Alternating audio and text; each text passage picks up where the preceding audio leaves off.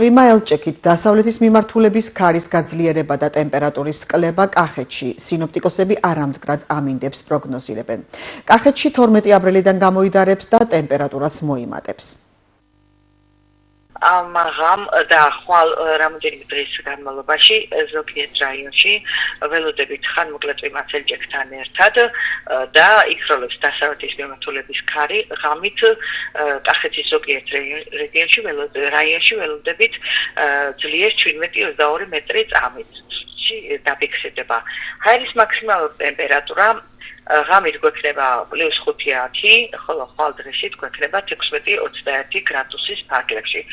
ქარიანი ამით ძირითადად უფრო თელავი, ყვარელი, გურჯაანის მხარეს დაფიქსირდება, ხოლო სამხრეთ კახეთში სიღნაღში შედარებით შესუსტებული სახით გვექნება ქარის სიძლიერე.